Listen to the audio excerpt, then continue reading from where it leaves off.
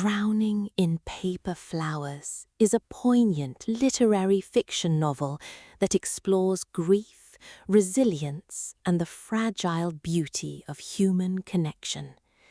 It's a story about how people cope with loss and rebuild their lives using art, memory, and love as anchors in turbulent times. The novel follows Eliza Hart, a young woman grappling with the sudden death of her mother. Eliza, an artist who creates intricate paper flowers, finds herself drowning in both literal and metaphorical blossoms, her studio overflowing with unfinished projects, each flower a symbol of her inability to let go. Her grief isolates her until she reconnects with Daniel Rivers, a childhood friend who has returned to town after years abroad.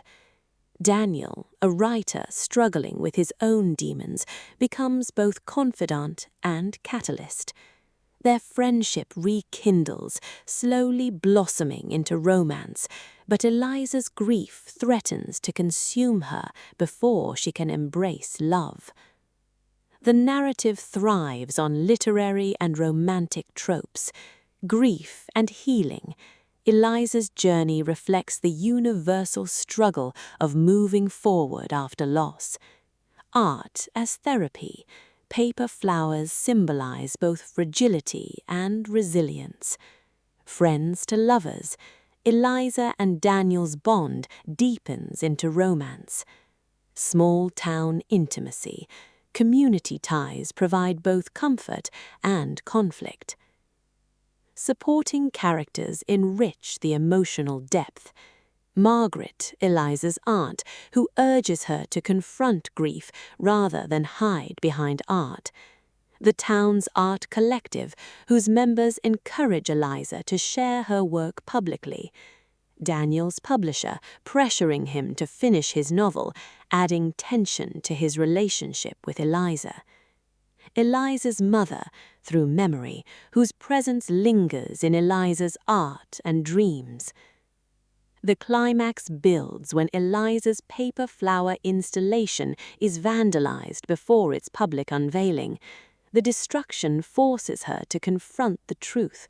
She has been clinging to grief instead of living. With Daniel's support, she rebuilds the installation, transforming it into a symbol of resilience rather than despair.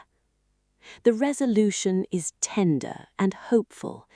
Eliza finally accepts her mother's death, realizing that memory and love endure even when people are gone. Her romance with Daniel blossoms fully, grounded in mutual healing. The novel closes with Eliza standing in her studio, surrounded by paper flowers, no longer drowning, but breathing freely among them. The prose is lyrical, emotional, and deeply introspective, balancing artistic imagery with raw human emotion. Fans of literary women's fiction and romantic healing stories will find themselves profoundly moved. Ultimately, Drowning in Paper Flowers is a story of grief transformed into beauty. It begins with loss and ends with renewal, offering readers a journey that is both heartbreaking and uplifting.